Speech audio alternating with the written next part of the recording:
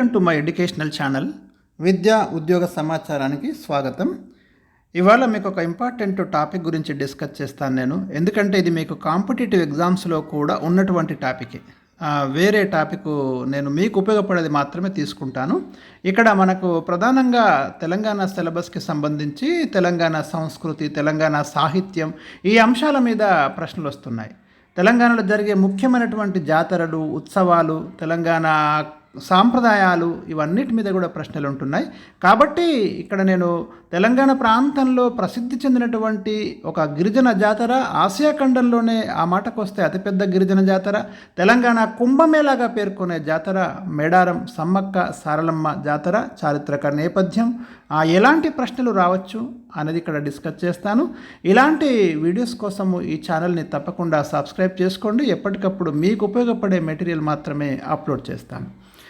ఈ జాతర మేడారం సమ్మక్క సారలమ్మ అంటే మనకు ప్రసిద్ధి చెందినటువంటి ఈ జాతర ప్రతి 2 సంవత్సరాలకు ఒకసారి ములుగు జిల్లా తాడ్వాయి మండలం మేడారం గ్రామంలో జరుగుతుంది. క్వశ్చన్ ఇక్కడికి వెళ్ళి కూడా మీకు రావడానికి అవకాశాలు ఉన్నాయి, ఏ జిల్లాలో జరుగుతుంది అని గుర్తుంచుకోండి. ఇక ఒకప్పుడు అంటే ఒకసారి చారిత్రక నేపథ్యాన్ని పరిశీలిస్తే జగిత్యాల ప్రాంతంలోని పొలాస ప్రాంతాన్ని పరిపాలిస్తున్న రాజు మేడరాజు. మేడరాజు యొక్క కుమార్తె సమ్మక్క. మేడరాజు సమ్మక్కను తన మేనల్లుడైన పగిడిద్ద రాజుతో వివాహం జరిపిస్తాడు. ఇది వారి యొక్క వివాహానికి సంబంధించి మేడారాన్ని పరిపాలిస్తున్న పగిడిద్ద రాజుతో వివాహం జరిపిస్తాడు. వీరి సంతానం సమ్మక్క, పగిడిద్ద రాజు యొక్క సంతానం చూడండి, సారలమ్మ, నాగులమ్మ, జంపన్న.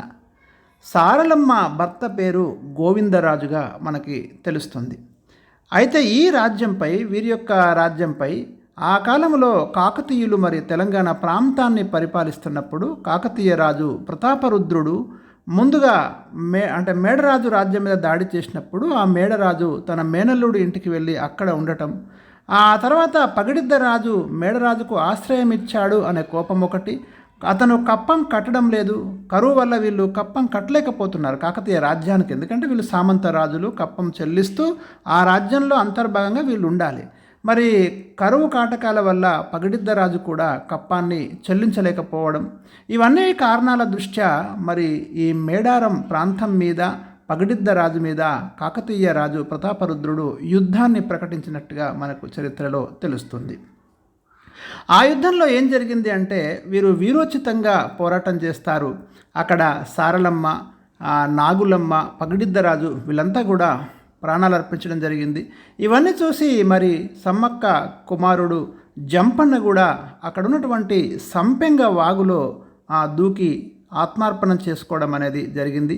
అప్పటి నుంచి ఈ వాగును జంపన్న వాగు అనే పేర్కొంటున్నారు. ఇప్పటికి కూడా భక్తులు ఈ జంపన్న వాగులోనే స్నానాలు చేయడము, ఇదంతా కూడా ఈ జాతరలో ఒక భాగంగా మనము చూస్తాం.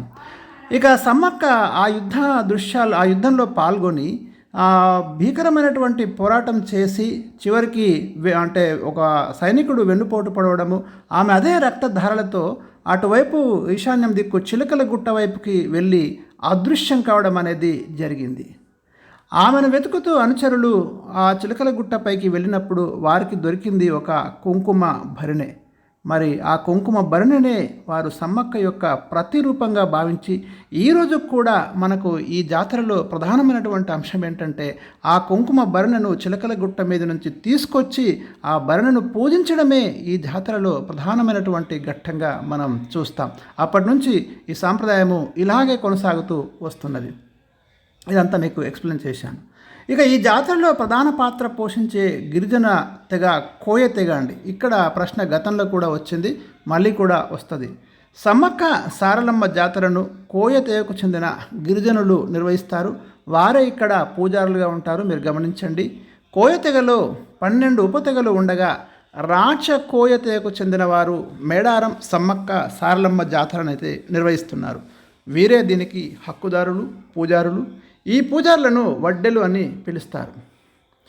తెలంగాణ కుంభమేళ అంటున్నాం. 1996లో రాష్ట్ర పండుగగా దీన్ని గుర్తించడం జరిగింది. ఈ జాతరను ఈ 4 రోజులు ఈ జాతర సాగుతుంది. అందులో మీరు మేడారం సమ్మక్క సారలమ్మ జాతరలో ముఖ్యమైనవి 4 ఘట్టాలు. ఇక్కడ మీరు కాన్సన్ట్రేషన్ చేయండి. మొదటి రోజు కన్నెపల్లి నుంచి సారలమ్మ అమ్మవారిని, ఏటూరు నాగారం మండలం కొండాయి నుంచి గోవిందరాజును, మహబూబాబాద్ జిల్లా పూనుగొండ్ల నుండి పగిడిద్దరాజును సాంస్కృతిక సాంప్రదాయాల ప్రకారం మేడారానికి తీసుకువచ్చి గద్దెలపై ప్రతిష్ఠించడం జరిగింది. ఒకే రోజు వీరు ముగ్గురు మేడారానికి చేరుకుంటారు. ఇది ఒక అపూర్వమైనటువంటి ఘట్టం. సార్లమ్మను తీసుకురావడం కన్నపల్లి నుంచి, తర్వాత మీకు కొండాయి నుంచి గోవిందరాజును తీసుకురావడం, పూనుగొండ్ల నుంచి పగిడిద్దరాజును తీసుకురావడం. ఇక్కడ ఎక్కడైనా ప్రశ్న రావచ్చు మీకు, ఎందుకంటే ఈ జాతరలో జరిగే ప్రతి ఘట్టం కూడా ఇంపార్టెంటే. ఇక రెండవ రోజు మీరు గమనించండి, చిలుకలగుట్ట నుంచి సమ్మక్క అమ్మవారిని తీసుకొచ్చి గద్దెపై ప్రతిష్ఠిస్తారు. ఇది ఒక అద్భుతమైనటువంటి దృశ్యం. లక్షలాది భక్తులు, ప్రభుత్వ అధికారులు చిలుకలగుట్ట నుంచి అధికారికంగా ఆ కుంకుమ భరణి తీసుకురావడమే ఇక్కడ ప్రధానంగా మనము చెప్పుకోవాలి. మేడారానికి ఈశాన్యంలో ఉన్న చిలుకలగుట్టపై నార చెట్టు కింద ఉన్న కుంకుమ భరణ రూపంలోని సమ్మక్క ఉంటుంది. ఆమెను కుంకుమ భరణ రూపంలో పూజారులు తీసుకొస్తారు. ఇదే అత్యంత కీలకఘట్టం. కుంకుమభరణ రూపంలో ఉన్న సమ్మక్క అమ్మవారిని ఆగమనం చేసి భక్తులు తరించిపోతారు.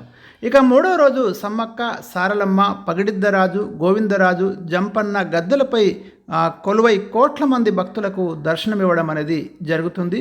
ఇక చివరి రోజు సాయంత్రం అమ్మవార్లు తిరిగి వనప్రవేశం చేస్తారు. ఇది స్థూలంగా మనకు ఈ మేడారం సమ్మక్క సారలమ్మ జాతరకు సంబంధించినటువంటి నేపథ్యం. మీకు ఖచ్చితంగా ఈ జాతర మీద ఒక ఐడియా ఉండాలనే ఉద్దేశంతో ఈ వీడియోనైతే మీకు అందించడం జరిగింది.